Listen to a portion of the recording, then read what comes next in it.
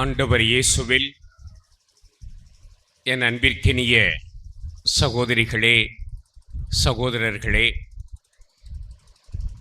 கழுகேற்கடை வேதபோதகருடைய 315வது ஆண்டு பெருவிழாவிற்கு உங்கள் அனைவரையும் அன்போடு வரவேற்கிறேன்.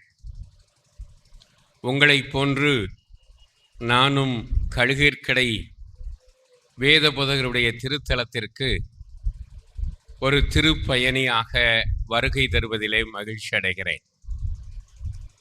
என்னுடைய சிறு பருவம் முதல் கழுகேற்கடை வேதபோதகரை பற்றி அறிந்தவன் நான். திருவரங்கத்திலே படித்து கொண்டிருந்த காலத்திலேயே என்னுடைய பெற்றோர்களோடு மாட்டு வண்டி கட்டி கொண்டு ஆண்டுக்கு ஒரு முறை கழுகேற்கடை வேதபோதகருடைய திருத்தலத்திற்கு வந்து இங்கே திருப்பலி நிறைவேற்றி செபித்து விட்டு சென்றவன். ஒவ்வொரு முறையும் பேருந்தில் பயணம் செய்தாலும் கழுகேற்கடையை பேருந்து கடக்கிற பொழுது பேருந்திலிருந்து கழுகேற்கடையை நோக்கி செபிக்கிற வழக்கம் எனக்கு நான் குருமானவராக இருந்த காலத்திலே இருந்தது உண்டு. அதற்கு பிறகு குருவான பிறகு இந்த திருத்தலம் வளர்ந்து கொண்டிருந்த காலத்தில் ஒரு முறை இதே போல வேதபோதகருடைய திருவிழாவிற்கு வருகை தந்து தலைமையேற்று திருப்பலியாற்றி மறையிறை நிகழ்த்தி சென்றிருக்கிறேன். அதேபோன்று இன்றைய நாளில் ஆயராக முதல் முறை வேதபோதகருடைய திருத்தலத்திற்கு அவருடைய திருவிழாவிற்கு வருகை தருவதிலே மகிழ்ச்சி அடைகிறேன். ஆயரான பிறகு பல முறை திருத்தலத்திற்கு தனியாக வந்து ஜெபித்து சென்றிருக்கிறேன். இந்த திருத்தலத்தினுடைய பணிகளை மேற்பார்வையிடுவதற்காக வருகை தந்திருக்கிறேன். ஆனால் இன்றைய நாளிலே இந்த திருப்பலியை வேதபோதகருடைய திருவிழா திருப்பலியை உங்களோடு சேர்ந்து உங்களுக்காக நிறைவேற்றுவதிலே மகிழ்ச்சி அடைகிறேன். இந்த திருத்தலமானது வளர்ந்து கொண்டிருக்கிறது. குறிப்பாக இதனை சுற்றிய 4 பகுதிகளிலும் பாதுகாப்பு சுவர்கள் எழுப்பப்பட்டு இப்பொழுது இதற்கே உரிய ஒரு மெருகோடு இந்த திருத்தலம் திகழ்கிறது. ஒவ்வொரு நாளும் அல்லது வார நாட்களிலே பலமுறை எந்த நேரத்தில் பக்தர்கள் வந்தாலும் அவர்களுக்கு ஆசீர் வழங்குவதற்காகவும் தேவைப்படுகிற பொழுது திருப்பலிகளை நிகழ்த்துவதற்காகவும் இங்கேயே ஐவிடி சபை தந்தையர்களும் சகோதரர்களும் இருக்கிறார்கள். அண்மை காலமாக ஒரு ஆண்டுக்கு முன்பாக இதனை தனி பங்காக பிரித்து நம்முடைய முதன்மை குருவினுடைய தலைமையின் கீழே அவரை பொறுப்பு பங்கு தந்தையாக நியமித்து இப்பொழுது பல பணிகள் நிகழ்ந்து கொண்டிருக்கின்றன. சுற்றுச்சுவர்கள் நிரப்பி எழுப்பப்பட்டு முழுமையடைந்திருக்கிறது. பல்வேறு பணிகளை இப்பொழுது இந்த ஒரு ஆண்டிலேயே நம்முடைய முதன்மை குரு அவர்களும் இந்த திருத்தலத்திற்கு ஆன்மீக இயக்குனராக நான் நியமித்திருக்கிற அருள்பணி பாஸ்கரும் மிகச்சிறப்பாக செய்திருக்கிறார்கள். எனவே தொடர்ந்து அவர்களுடைய பணி சிறக்க வாழ்த்துகிற பொழுது அவர்களுடைய நல்ல பணிக்காக அவர்கள் இருவரையும் ஐவிடி சபையினுடைய தந்தையர்கள் சகோதரர்களையும் நான் பாராட்டுகிறேன். வேத போதகர் என்று நாம் அழைக்கிறோம். இவருடைய இயற்பெயர் என்ன? இவர் யார்? இந்த திருத்தலத்தில் என்ன இருக்கிறது? இந்த 3 கேள்விகளுக்கு பதில் சொன்னோம் என்றால் வேதபோதகருடைய வரலாறை சற்று சுருக்கமாக நாம் தெரிந்தவர்களாக இருப்போம்.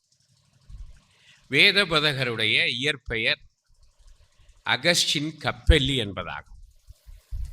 இவர் ஒரு இயேசு சபை குரு. அதாவது இயேசு சபை என்று சொல்லுகிற பொழுது பழைய இயேசு சபை, புதிய இயேசு சபை என்று அந்த சபைக்கு வரலாறு இருக்கிறார். பழைய இயேசு சபை என்று சொல்லுகிற பொழுது புனித லொயோலா இஞ்ஞாசியார் 16வது நூற்றாண்டிலே இந்த இயேசு சபையை நிறுவினார். உடனடியாகவே அங்கிருந்து மறைபரப்பு பணியாளர்களை பல்வேறு நாடுகளுக்கு அனுப்பினார். அப்படி அவர் அனுப்பிய மறைப்பணியாளர்களிலே முக்கியமானவர் நம்முடைய நாட்டிற்கு வருகை இருந்து கோவாவிற்கு வந்து அதற்கு பிறகு சென்னை மயிலாப்பூரில் வந்து அங்கிருந்து வங்காள விரிகுடாவினுடைய கடற்கரை முழுவதுமாக நடந்து நாகர்கோயில் கோட்டாறு கேட்டவரம் கொடுக்கும் கோட்டாத்து சவேரியார் என்று சொல்லப்படுகிற அளவிற்கு அவர் ஆயிரக்கணக்கான மக்களை கிறிஸ்தவர்களாக்கி திருமுழுக்கு கொடுத்து சிறந்த மறைப்பணியாளராக அவர் இன்றும் அறியப்படுகிறார். அவருக்கு பிறகு இந்த பகுதி மதுரை இயேசு சபை மறைப்பணி தளம் என்று அழைக்கப்பட்டது, அறியப்பட்டது. இதிலே 1601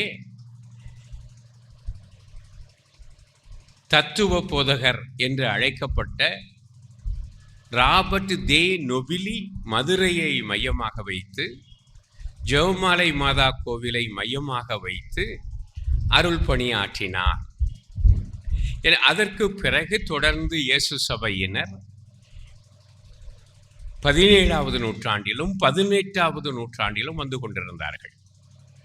அப்படி அந்த பழைய இயேசு சபை மறைப்பணியாளர்களிலே முக்கியமானவர்கள் 3 இருக்கிறார்கள். முதலிலே புனித அருளானந்தர். வரலாற்று அடிப்படையில் பார்த்தீர்கள் என்றால் அந்தோணி கிரிமினாலி, அதற்கு அடுத்து அருளானந்தர், அதற்கு அடுத்து நம்முடைய வேத போதகர். இந்த 3 பேரும் பழைய இயேசு சபை உறுப்பினர்களாக இந்தியாவிற்கு வந்து இங்கே நம் மத்தியிலே மறைப்பணி நிகழ்த்தியவர்கள்.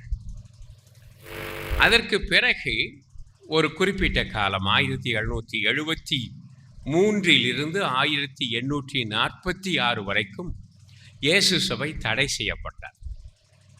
ஆனால் மீண்டுமாக ஏறத்தாழ ஒரு 70 ஆண்டுகளில் அப்பொழுது இருந்த திருத்தந்தை அந்த தடையை நீக்கிவிடுகிறார். அதற்கு பிறகு மீண்டுமாக இயேசு சபையினர் மறைப்பணி ஆற்ற நம்முடைய இந்திய நாட்டிற்கும் நமது மதுரை இயேசு சபை திருத்தலத்திற்கும் பணித்தளத்திற்கும் வருகிறார்கள். அப்படி வந்தவர்களிலே முக்கியமானவர்கள் சருகணியிலே பணியாற்றிய அருள் தந்தை டிரோசி அவர்கள். அவர்தான் அருளானந்தருடைய புனிதர் பட்டத்திற்கு அதிகமாக பணியாற்றியவர். அதற்கு பிறகு லெவே சுவாமிகள், அதற்கு பிறகு நம்முடைய மதுரை சென்ட் மேரிஸ் பங்கை உருவாக்கி பள்ளியை உருவாக்கி பணியாற்றிய அருள் பணியாளர்கள். என்னுடைய வயதை ஒற்றவர்களுக்கு வெளிநாட்டு மறைப்பணியாளர்களை நன்றாக தெரியும்.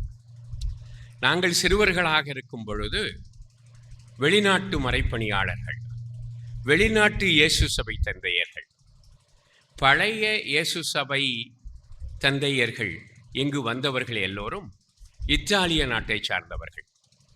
ஆனால் புதிய இயேசு சபை மறைப்பணியாளர்களாக நம்முடைய நாட்டிற்கும் மதுரைக்கும் வந்தவர்கள் பிரெஞ்சு நாட்டை சார்ந்தவர்கள், பிரான்ஸ் நாட்டை சார்ந்தவர்கள். எனவே இப்படி நம்முடைய மதுரை சிவகங்கை மறைமாவட்டங்கள் இந்த இயேசு சபை பணியாளர்களால் அருள் வளம் ஊட்டப்பெற்று என்று வளர்ந்து நிற்கின்றன. எனவே நாம் இந்த அனைத்து இயேசு சபை மறைப்பணியாளர்களுக்கும் நன்றியுடையவர்களாக இருக்கிறோம்.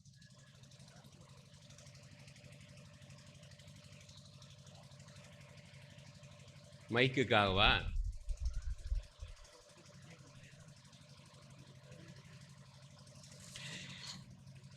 எனவே இந்த நம்முடைய மறைப்பணியாளர்களிலே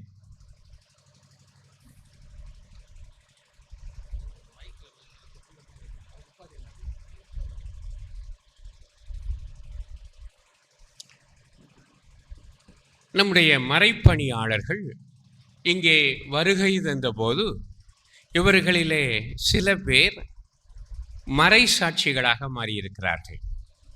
அவர்களிலே குறிப்பிடத்தகுந்தவர் நமது அருளானந்தர் என்று அழைக்கப்படுகிற ஜான் தே பிரிட்டோ. அதற்கு அடுத்தபடியாக வேதாளையில் மறைசாட்சியாக மரித்த அந்தோணி கிரிமினாலி. அதற்கு அடுத்தபடியாக நம்முடைய வேத போதகர். இவரை மறைசாட்சி என்று அழைப்பதா என்ற ஒரு கேள்வி எழுகிறது. ஒருவர் திருமறைக்காக கொல்லப்பட்டால் அவர் மறைசாட்சி. அப்படி இல்லை என்றால் திருமறைக்காக இயேசுவுக்காக புனித வாழ்வு வாழ்ந்து மரித்தால் அவர் புனிதர். நம்முடைய வேத போதகருடைய வரலாறு என்ன சொல்லுகிறது என்று சொன்னால், அவர் 1710 இந்த மரவநாட்டு பகுதிக்கு வந்து அருள் பணியாற்றி 5 ஆண்டுகளிலேயே 1715 அவர் கடும் காய்ச்சலுக்கு உட்பட்டு, அந்த கொடும் காய்ச்சல் கொரோனா போன்ற ஒரு கடுமையான காய்ச்சல் அவரை வாட்டி எடுத்து அந்த காய்ச்சலிலிருந்து அவர் குணம் பெறாமலே இறந்து போனார் என்று அவருடைய வரலாறு சொல்லுகிறார்.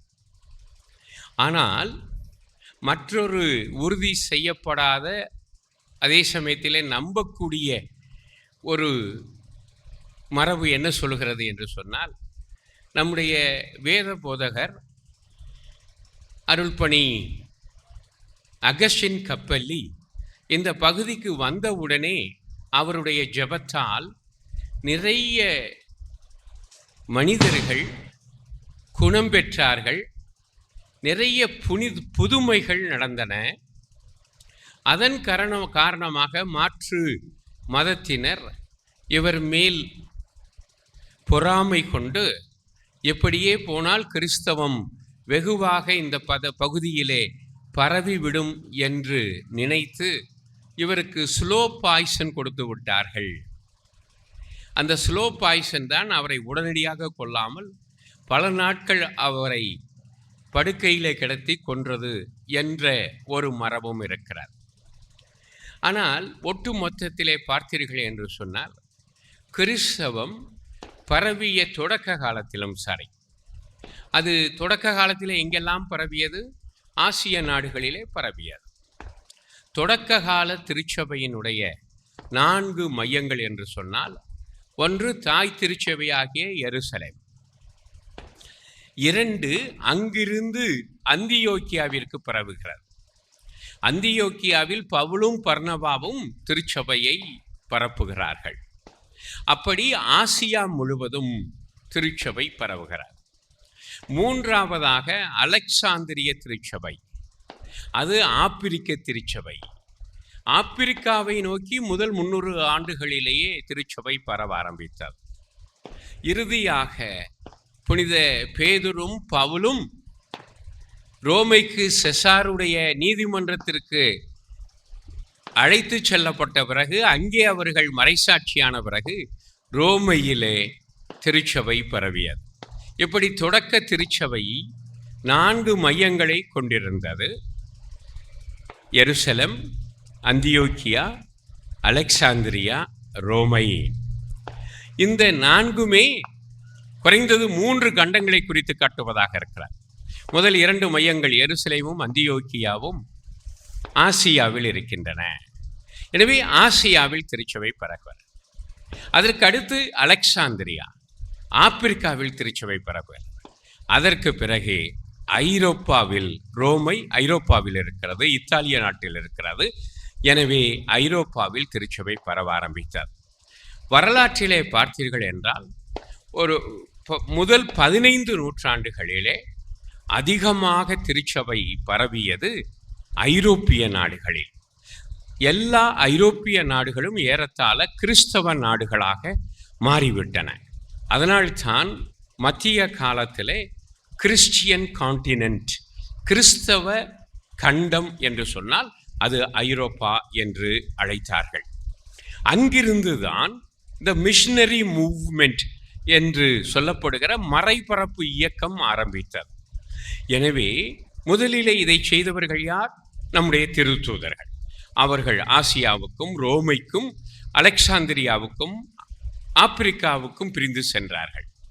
அதற்கு பிறகு ரோமைக்கு, ஐரோப்பாவிற்கு 15ஆம் நூற்றாண்டிற்கு பிறகு செகண்ட் வேவ் ஆஃப் மிஷன் என்று சொல்வார்கள். இரண்டாவது மறைபரப்பு அலை எப்பொழுது ஆரம்பித்தது என்றால் 16வது நூற்றாண்டிலிருந்து. லோயலா இஞ்ஞாசியார் திருச்சபையை, இயேசு சபையை நிறுவியதற்கு பிறகு அவர் மட்டுமல்ல, மற்ற பழைய சபைகளும், பிரான்சிஸ்கன் சபையினர், கப்புச்சின் சபையினர், ஓசிடி சபையினர், இவர்களும் வெகுவாக இந்த மறைபரப்பு பணி செய்ய ஆரம்பித்தார்கள். அவர்களிலே மிக முக்கியமானவர்களை நாம் மறந்துவிடக்கூடாது. MEP என்று அழைக்கப்படுகிற அந்நிய தேசங்களுக்கான மறைபரப்பு சபை, மிசியோன் எட்ராஞ்சே de பாரிஸ் என்று சொல்லப்படுகிற சபை இப்பொழுது தெரியப்படவில்லை. ஆனால் அவர்கள்தான் இயேசு சபை தடை செய்யப்பட்ட காலத்தில் எங்கெல்லாம் இயேசு சபையினர் மறைபரப்பு பணியை ஆரம்பித்திருந்தார்களோ அங்கெல்லாம் சென்று திருச்சபையை கட்டி எழுப்பினார்கள். அவர்கள் ஏற்படுத்திய மறை மாவட்டங்கள் என்று சொன்னால் இன்று இருக்கக்கூடிய பாண்டிச்சேரி, கடலூர் மறை மாவட்டம், சேலம், தருமபுரி மறை மாவட்டங்கள், கும்பகோணம், தஞ்சாவூர் மறை மாவட்டங்கள், இவைகளெல்லாம் அவர்கள் MEP ஃபாதர்ஸ் கட்டி எழுப்பிய மறை மாவட்டங்கள். இப்படி நிறைய மறைப்பணியாளர்கள் இங்கே பணியாற்றி இருக்கிறார்கள். இதிலே நம்முடைய மறைப்பணியாளர்கள் எந்த நாட்டிற்கு சென்றாலும் அவர்கள் பீப்புள்ஸ் ஃப்ரெண்ட்லி என்ற கேரக்டர் அவர்கள் கொண்டோம். மக்களோடு நட்புறவோடு பழகிறவர்கள். ஏனென்றால் அவர்கள் செல்லுகிற இடங்களிலே வேற்று மதங்கள், வேற்று இனங்கள், வேற்று மொழிகள், ஆனால் எங்கேயுமே அவர்கள் பகைமை பாராட்டியதில்லை. காரணம் என்ன? அதுதான் நம்முடைய நற்செய்தியினுடைய அடிப்படை பண்பு, basic character of the gospel. எப்படி ஆண்டவர் இயேசு எல்லா மக்களுக்கும், அவர் யூதராக இருந்தாலும் சமாரியர்களிடமும் கனானையர்களிடமும் பெர்சியர்களிடமும் அவ்வளவு நட்பு பாராட்டியவர், அன்பு பாராட்டியவர். அவரிடம் புதுமை அடைந்தவர்கள் எல்லா இனங்களையும் சேர்ந்தவர்கள். எனவே இந்த அடிப்படை கிறிஸ்தவ பண்பு, நட்புறவு காட்டும் பண்பு, இந்த பண்பு நம்முடைய மிஷனரிமார்களிடமும் இருப்பதை பார்க்கிறோம். எல்லா மக்களையும் கடவுளுடைய பிள்ளைகளாக, தங்களுடைய சகோதர சகோதரிகளாக பார்த்தார்கள். அதுபோலதான் நம்முடைய இந்திய நாட்டிலும் அவர்கள் இங்கே வாழ்கின்ற நம்முடைய மக்களை அன்போடு உற்று நோக்கி அவர்களுக்கு பணி செய்தார்கள். அவர்களுடைய முதல் பணி எதுவாக இருந்தது? மறைபரப்பு பணி என்பதனை விட அன்பு பணியாக இருந்தது. Works of charity. அவர்கள் சுரகம் இல்லாதவர்களுக்கு மருந்து கொடுத்து சுகம் கொடுத்தார்கள், அல்லது ஜெபம் செய்து புதுமை செய்தார்கள். அவர்கள் ஆதரவற்றவர்களுக்கு ஆதரவு கொடுத்தார்கள், பாதுகாப்பு இல்லாதவர்களுக்கு பாதுகாப்பு கொடுத்தார்கள். குறிப்பாக முகமிழந்து இருந்த தாழ்த்தப்பட்ட மக்களுக்கு முகம் கொடுத்தார்கள். அதுதான் அவர்கள் செய்த பணி. அதனால் அன்றைய ஆட்சியாளர்கள் சிலர் எரிச்சல் பட்டார்கள். காரணம், நம்முடைய இந்திய சமூகம் வர்க்க அடிப்படையில் அல்லது சாதி அடிப்படையில் உயர்வு தாழ்வு கருதப்பட்ட சமூகமாக இருந்தது. இங்கே கிறிஸ்தவர்கள் எல்லோரும் சமம் என்று மாற்றிவிட்டார்கள். அதனால் அவர்கள் எரிச்சல் பட்டார்கள். இரண்டாவது காரணம் என்ன என்று சொன்னால், அப்பொழுது சில மூட பழக்க வழக்கங்களை, சில பழக்க வழக்கங்களை அவர்கள் சமூக பண்பாடு என்று தழுவிக்கொண்டார்கள். ஆனால் சில மூட பழக்க வழக்கங்கள், குறிப்பாக உடன்கட்டை ஏறுதல். இந்த உடன்கட்டை ஏறுதல் படித்தவங்க எல்லாருக்கும் தெரியும். கணவன் இறந்துட்டா ஏறத்தாழ 1900 தொடக்கம் வரைக்கும், ஒரு 100 வருஷத்துக்கு முன்னாடி, நல்ல காரியம், நீங்கள் எல்லாம் அப்போ பிறக்கலை. கணவன் இறந்துட்டா கணவனை தீயூட்டி எரிக்கிற அந்த தீயில தள்ளி மனைவியும் கொன்று விடுவது. அதற்கு பேரு உடன்கட்டை ஏறுதல். இது ஒரு மூட பழக்கம். இதனை ராஜா ராம் மோகன் ராய் போன்ற இந்திய சிந்தனையாளர்கள் எதிர்த்தார்கள். அதனால் பிரிட்டிஷ் அரசாங்கம் ஒரு சட்டம் கொண்டு வந்து அதை இந்தியாவிலே நிறுத்திவிட்டார். ஆனால் அது சட்டமாவதற்கு முன்பாகவே இதனை எதிர்த்தவர்கள், அதே சமயம் வேறு சில தவறான பழக்க வழக்கங்களை கண்டித்தவர்கள் கிறிஸ்தவ மறைப்பணியாளர்கள். அதிலே ஒன்று கூடா ஒழுக்கம் அல்லது பலதாரங்கள், பல மனைவியரை மணந்து கொள்ளுதல். இவற்றையெல்லாம் கிறிஸ்தவ பண்பாட்டின் அடிப்படையில் அல்லது கிறிஸ்தவ நற்செய்தியின் அடிப்படையிலே எதிர்ப்பதை தவிர அவர்களுக்கு வேறே வழி இல்லை. எனவே அவர்கள் எதிர்த்தார்கள். நம்முடைய அகஸ்டின் கப்பல்லி வேதபோதகர் கலிகற்கடைக்கு வந்த சமயத்தில் இந்த மரவ நாட்டை ஆட்சி செய்து கொண்டிருந்தவர் கிழவன் சேதுபதி. இவர் வந்த வருஷத்திலே இறக்கிறார். அவருக்கு 47 மனைவிகள். அந்த 47 பேரும் இவர் இறந்தபோது தீயிலிட்டு எரிக்கப்பட்டு கொல்லப்பட்டார்கள் என்ற செய்தி வருகிறது. அதையெல்லாம் கிறிஸ்தவ பண்பாட்டின் அடிப்படையில் ஏற்றுக்கொள்ள முடியவில்லை. இதற்காக அவர் தன்னுடைய கருத்தை பதிவு செய்திருக்க வேண்டும். அதே போல நாம் பார்க்கிறோம், அருளானந்தரும் தேவசகாயம் பிள்ளையும் ஏன் கொல்லப்பட்டார்கள்? மறைசாட்சியானார்கள். அவர்கள் இந்த சாதிய கட்டமைப்பு, இந்த படிவமைப்பு சமூகத்தை கிறிஸ்தவ நற்செய்தியின் அடிப்படையிலே எதிர்த்தார்கள். கிறிஸ்தவ நற்செய்தி ஒரே தந்தை கடவுள், எல்லோரும் சகோதர சகோதரிகள் என்று சொல்கிறார். எனவே அந்த அடிப்படையில் எதிர்த்தார்கள். அதன் காரணமாக அவர்கள் இருவரும் கொல்லப்பட்டார்கள். அருளானந்தருக்கு இன்னொரு கூடுதல் காரணம் இருக்கிறார். இந்த பலதார மனம். தடியத்தேவனை அவர் குணப்படுத்தி விடுகிறார். அவருக்கு 5 மனைவிகள். முதல் மனைவி வைத்துக்கொண்டு 4 மனைவிகளை விட்டுவிட வேண்டும் என்று சொல்லுகிறார். தடியத்தேவன் அதை கேட்டுக்கொள்கிறான். ஆனால் இவனுடைய கடைசி மனைவி கிழவன் சேதுபதியுடைய மருமகள் அங்கே போய் முறையிடுகிறாள். எனவே அவருக்கு மறைசாட்சியம் விரைவாக தேடி வருகிறார். எப்படித்தான் இந்த சமூகத்தினுடைய சில மூட பழக்க வழக்கங்களையும் நற்செய்திற்கு எதிரான செயல்பாட்டுகளையும் அவர்கள் நற்செய்தியின் அடிப்படையில் எதிர்த்தார்கள். அதனால்தான் அவர்கள் மறைசாட்சியாக இருக்கிறார்கள். அதனால் என்னவாகிறார்கள்? அவர்கள் இறந்தும் வாழ்கிறார்கள். மன்னா உலகத்து மன்னுதல் குறித்தோர் தம் புகழ் நீரி தாம் வாய்ந்தனரே புறநானூறு சொல்லுகிறார். எனவே இப்படி இவர்களெல்லாம் கடவுளுக்காக சமூகத்திற்காக வாழ்ந்த காரணத்தினால் இறந்தும் வாழ்கிறார்கள். அப்பேற்பட்டவர்கள் தான் நம்முடைய மறைசாட்சிகள். அவர்களிலே ஒருவராக நம்முடைய கலிகற்கடை வேதபோதகர் இருக்கிறார். எனவே அவர் வாழ்ந்த காலத்திலேயே நிறைய புதுமைகள் செய்திருக்கிறார். இந்த நம்முடைய காலங்களிலே நாம் பார்க்கிறோம், பல பேர் குறிப்பாக கிறிஸ்தவர் அல்லாத சகோதரர் சகோதரிகளும் இங்கு வந்து அவரிடம் மன்றாடி அவருடைய மன்றாட்டால் பல நலன்களை பெற்றுச் செல்கிறார்கள். எனவே நாம் கடவுளுக்கு நன்றி சொல்வோம். அவருடைய பரிந்துரையை தொடர்ந்து மன்றாடுவோம். அதன் காரணமாக நாம்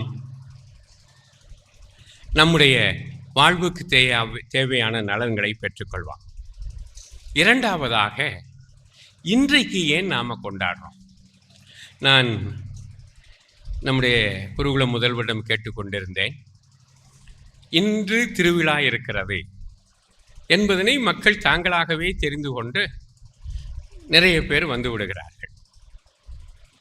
எங்கே தூரம் தொலைவில் இருந்து, நம்முடைய மறை மாவட்டத்தின் பல்வேறு பகுதிகளிலிருந்து, சிவகங்கை மாவட்டம், ராமநாதபுரம் மாவட்டத்திலிருந்து, மதுரை நகர் பங்குகளிலிருந்து, அதையும் தாண்டி ராயப்பம்பட்டி சிந்தலைச்சேரி பங்குகளிலிருந்து, இந்த பக்கம் விருதுநகர் அதை ஒட்டிய பங்குகளிலிருந்து, இப்படி இந்த புதன்கிழமை மாலையும் நாளை வியாழக்கிழமையும் மக்கள் இங்கு கொண்டாடி எத்தனை வருஷமா?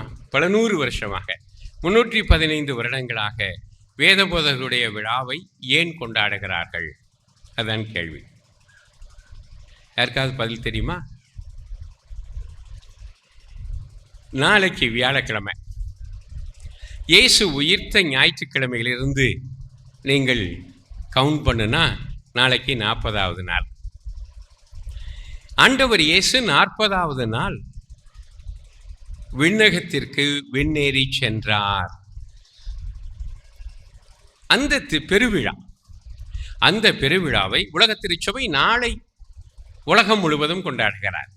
அதற்கு முந்தைய மாலை பொழுதும் அந்த திருவிழாவினுடைய ஒரு பகுதி. அதனால்தான் ஒவ்வொரு வருஷமும்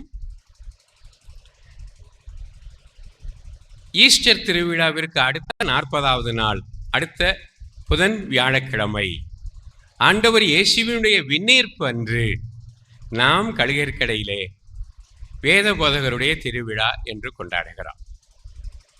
இப்பொழுது இயேசுவினுடைய விண்ணேற்றத்திற்கு வருகிறோம்.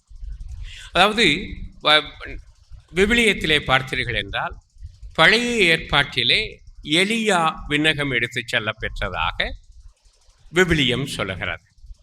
புதிய ஏற்பாட்டிலே புதிய ஏற்பாடு ஆண்டவர் இயேசுவினுடைய விண்ணேற்றத்தை ஆவணப்படுத்துகிறார்.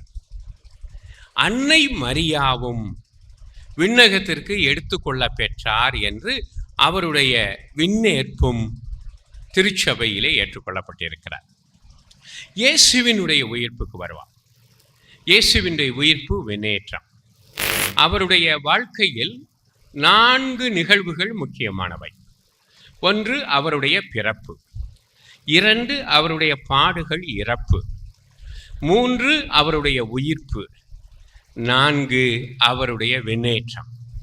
பொதுவாக நாம் இயேசுவினுடைய விண்ணேற்றத்தை பற்றி அதிகமாக பேசுவதே இல்லை. அதனால்தான் என்னுடைய கிறிஸ்தியல் நூலிலே அதற்கென்று ஒரு தனி அதிகாரத்தை அமைத்து எழுதியிருக்கிறேன். அதுபோல அதற்கு முன்னால் திருத்தந்தை 16ஆம் பெனடிக்ட் அவருடைய கிறிஸ்தியல் நூல் 3 வால்யூமில் இயேசுவினுடைய விண்ணேற்றம் பற்றி ஒரு தனி அதிகாரத்தை கொடுத்து எழுதியிருக்கிறார். இப்படி பார்க்கிற பொழுது இயேசுவினுடைய இந்த 4 நிகழ்வுகள், இந்த 4 நிகழ்வுகளில் முதல் நிகழ்வு 4வது நிகழ்வு. முதல் நிகழ்வு என்ன? இயேசுவினுடைய பிறப்பு. இயேசுவினுடைய பிறப்பு என்பதை வேறு வார்த்தைகளை சொல்ல வேண்டும் என்றால், கடவுளின் திருக்குமாரன் மனிதராக மண்ணகத்திற்கு இறங்கி வந்தது. சரியா? மேலிருந்து கீழ் வந்தது. அதை இயேசுவினுடைய மானிட உடலேற்பு என்று சொல்கிறான். கடைசி நிகழ்வு என்ன? அவர் இறந்து உயிர்த்த பிறகு மண்ணிலிருந்து விண்ணகம் ஏறி சென்றது. அப்போ ஒரு சுற்று அப்படியே முடிவடைகிறார். இயேசு விண்ணகமிருந்து மண்ணகம் வந்தார், மண்ணகத்திலிருந்து விண்ணகம் சென்று விட்டார். அவருடைய அந்த ஒரு முழு சுற்று நிறைவேறுகிறது. இது வரலாறு, இது இறையியல், இது ஆன்மீகம். எனவே இப்படி ஆண்டவர் இயேசு கிறிஸ்துவினுடைய விண்ணேற்றம் மிக முக்கியமான நிகழ்வு. இதனை யாரெல்லாம் சொல்லுகிறார்கள்? நற்செய்தி நூல்களிலே மார்க்கு நற்செய்தியாளரும் லூக்கா நற்செய்தியாளரும் சொல்லுகிறார்கள். மத்தேயு நேரடியாக விண்ணேற்றத்தை பற்றி சொல்லாமல் விண்ணேற்றத்தின் போது ஆண்டவர் இயேசு கொடுத்த மறைபரப்பு கட்டளை பற்றி பேசுகிறார்.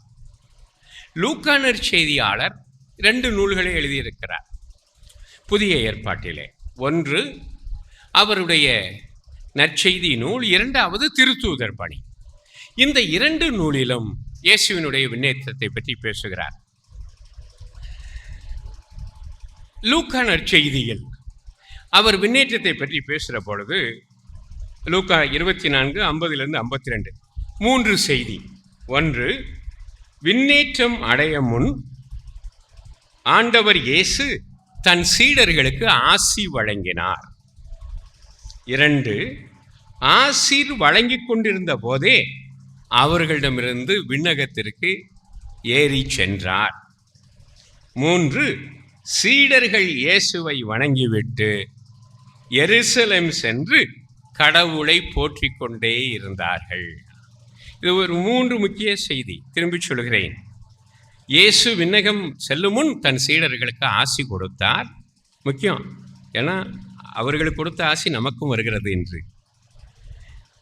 2வதாக ஆசீர் கொடுத்து கொண்டிருக்கும் பொழுதே அவர் விண்ணகம் சென்றார். அது எதை காட்டுகிறது? பெர்மனன்சி ஆஃப் த பிளஸிங், ஆசிரியருடைய நிரந்தரத்தை காட்டுகிறது. மூன்றாவதாக அந்த ஆசிரை பெற்றவர்கள் விண்ணகம் சென்று கடவுளை பெருமைப்படுத்தி கொண்டே இருந்தார்கள். திருத்தூதர் பணியினுடைய நரேட்டிவ், அதை இந்த 2 வாசகத்தையுமே இன்று வாசிக்க கேட்டான். திருத்தூதர் பணி 1:6 முதல் 11 1 இயேசுவுக்கும் சீடர்களுக்கும் உரையாடல் நடக்கிறார். மோனோலாக் மட்டுமல்ல, அங்கே டயலாக் நடக்கிறார். அவர்கள் இயேசுவிடம், ஆண்டவரே, இஸ்ராயலுக்கு அரசுரிமையை பெற்றுத்தரும் காலம் இதுதானோ என்று அவர்கள் கேட்கிறார்கள். இரண்டாவதாக அவர்கள் கண்முன்னே அவர் விண்ணகம் எடுத்து ஏறி செல்லுகிறார். திருத்தூதர் பணி 1:9. 3 என்ன நடக்குதுன்னா, இவர்கள் விண்ணகத்தையே பார்த்து கொண்டிருக்கிறார்கள். ஏனென்றால் இயேசு ஏறி சென்று விட்டார் விண்ணகத்திற்கு. அப்படி சென்றவரை ஏக்கத்தோடு பார்த்து கொண்டிருக்கிறார். இயேசு போயிட்டாரே. அந்த காலத்தில், இப்போ பிள்ளைகளுக்கு அப்படி இருக்கான்னு தெரியல, வீட்டுக்கு விருந்தாளிகள் வந்துட்டு போனால் அங்கே இருக்கிற பிள்ளைகளுக்கு ஒரு 2-3 நாளைக்கு ஏக்கமாக இருக்கும். சித்தப்பா வந்துட்டு போனார், மாமா வந்துட்டு போனார், தாத்தா வந்துட்டு போனார். அவர்கள் போன பிரிவை 2-3 நாள் உணர்ந்து கொண்டே இருப்பார்கள் சிறு பிள்ளைகள். ஆனால் இப்போ அப்படிலாம் இல்லை. ஏன்னா எல்லாமே இது ஈவெண்ட்டாக இல்லை, நிகழ்வுகளாக இல்லை, ஏதோ சம்பிரதாயங்களாக முடிகின்றன. எனவே ஆண்டவர் இயேசுவை அவர்கள் உற்று நோக்கி கொண்டே இருக்கிறார். அப்போ என்ன நிகழ்கிறது? வானதூதர்கள் வானத்திலே தோன்றி என்ன சொல்கிறார்கள்? கலிலேயர்களே, ஏன் நீங்கள் இப்படி வானகத்தையே பார்த்து கொண்டிருக்கிறீர்கள்? விண்ணகம் ஏறி செல்ல நீங்கள் பார்த்த இயேசு மீண்டும் உலகிற்கு வருவார் என்று சொல்கிறார்கள். இந்த 3 செய்திகளும் திருத்தூதர் பணியிலே காணப்படுகிறது. இப்போ வரலாற்றுக்கு வருவோம். எருசலேமுக்கு போனவங்க 2 இடத்தை பார்த்துருப்பீங்க. இந்த 2 இடமும் இயேசுவினுடைய விண்ணேற்பு இடங்கள் என்று சொல்லப்படுகின்றன. 1 ஒலிவமலை. ஒலிவமலைக்கு எதிர்த்தாற்போல் ஒரு மலை இருக்கிறார். அங்கேதான் விண்ணேற்பு பேராலயம் இருக்கிறார், பெரிய சர்ச் இருக்கிறார். ஆனால் அது கிறிஸ்தவர்களிடம் இல்லை, இஸ்லாமியர்களிடம் இருக்கிறார். அங்கே ஒவ்வொரு வருஷமும் இந்த விண்ணேற்ற திருவிழா அன்று, இன்னைக்கு புதன்கிழமை சாயங்காலம், இஸ்லாமிய பெண்கள் அந்த ஆலயத்திற்குள் கூடி இரவு முழுவதும், குரானிலே இயேசு ஆண்டவர் ஒரு தீர்க்கதரிசியாக, இறைவாக்கினராக ஏற்றுக்கொள்ளப்படுபவர். எனவே அவரை இரவு முழுவதும் வணங்குவார்கள். அவர்கள் மறுநாள் காலையிலே அவர்கள் எழுந்து வெளியே ஓடி வருவார்கள். ஓடி வந்து வானத்தை பார்ப்பார்கள். அப்பொழுது இயேசு ஏறி செல்கிறார் என்பதனை. அப்பொழுது அந்த இஸ்லாமிய பெண்களில் ஒரு சின்ன சிறுமி அந்த பெண்களிடம், பெண்களே, ஏன் வானத்தையே பார்த்து கொண்டிருக்கிறீர்கள்? வானத்திற்கு எடுத்து செல்ல பெற்ற ஈசா நபி திரும்பவும் வருவார் என்று அந்த சிறு குழந்தை சொல்லும். அது இன்றைக்கும் நடக்கிறது. இது ஒரு இடம். இன்னொரு இடம் எருசலேமிலேயே ஒரு சின்ன இடம், இயேசு கால் வைத்து விண்ணகம் ஏறி சென்ற இடம். அந்த பாதம் பார்க்கப்படுகிறது என்றும், அதுவும் இஸ்லாமியர்களுடைய பாதுகாப்பிலே இருக்கிறார்.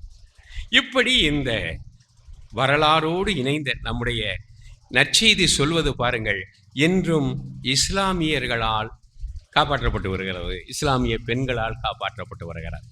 எனவே இப்படி ஆண்டவர் இயேசுவினுடைய விண்ணேற்றம் என்பது ஒரு சிறந்த வரலாற்று நிகழ்வு, அர்த்தம் பொதிந்த இறையியல் நிகழ்வு.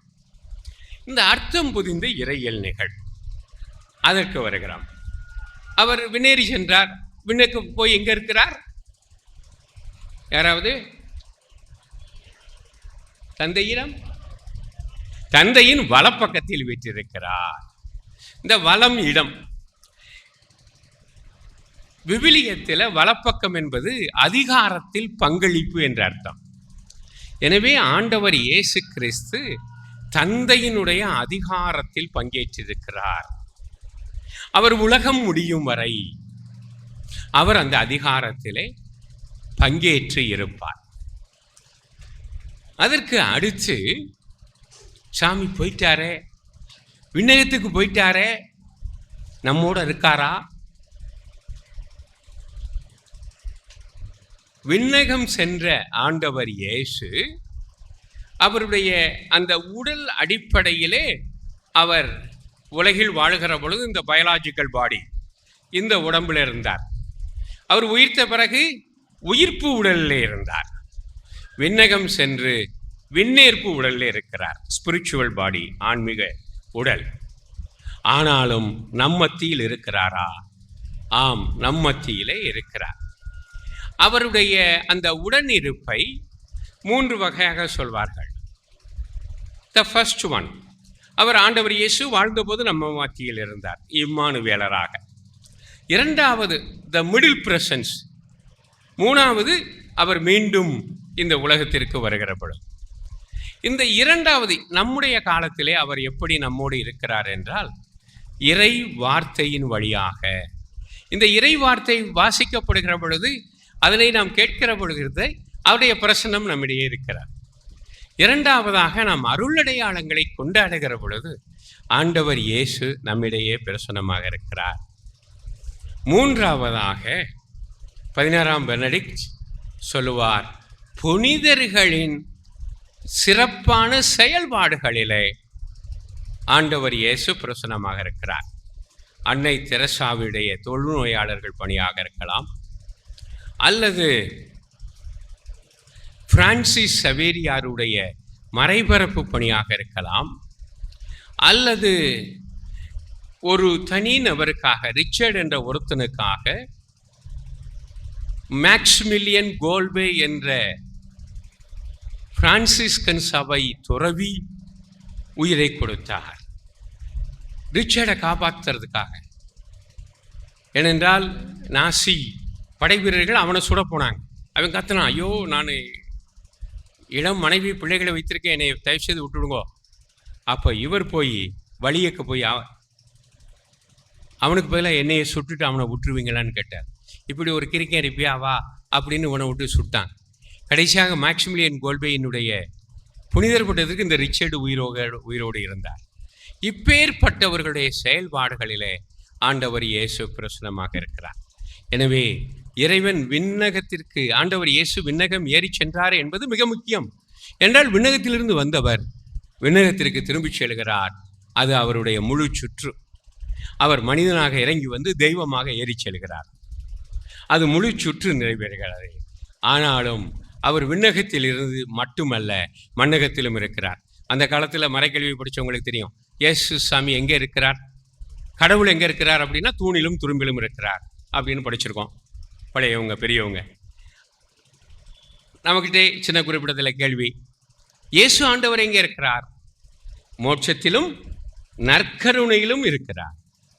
எனவே இப்பொழுது இறை வார்த்தையிலும் அருளடையாள கொண்டாட்டங்களிலும் திருப்பலியிலும் புனிதர்களுடைய செயல்பாடு, புனிதர்கள்லாம் செத்துப்போன புனிதர்கள் மட்டுமல்ல, நம்மிலும் நல்லது செய்தால் நீங்கள் புனிதர்கள், நன்மை செய்தால் புனிதர்கள், அடுத்தவர்களுக்காக வாழ்ந்தீர்கள் என்றால் புனிதர்கள்.